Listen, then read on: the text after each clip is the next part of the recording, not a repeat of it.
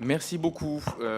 C'est effectivement une interrogation qui a surgi des dernières explications, donc je vous remercie évidemment de laisser la parole. C'était pour revenir sur les propos concernant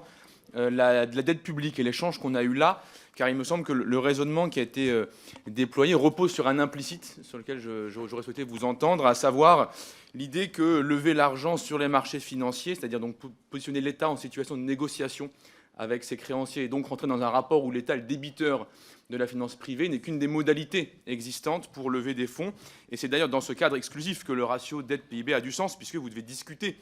avec les détenteurs d'argent des conditions dans lesquelles ils veulent bien vous faire le plaisir et l'honneur et la joie de vous prêter de l'argent à l'État, et donc dès lors mener parfois une politique en fonction des intérêts et des personnes qui vous prêtent. C'est d'ailleurs ce qu'on a vu sur la réforme des retraites, même si ça n'a pas fonctionné. Mais rien n'implique finalement de devoir systématiquement recourir à ce type de canaux. Et c'est là-dessus que j'aurais souhaité vous entendre, car il a existé massivement, il persiste encore résiduellement, d'autres formes d'irrigation du trésor public qui sont déconnectées des marchés de capitaux. Je pense notamment au circuit du trésor, qui était en vigueur de 1947 à 67,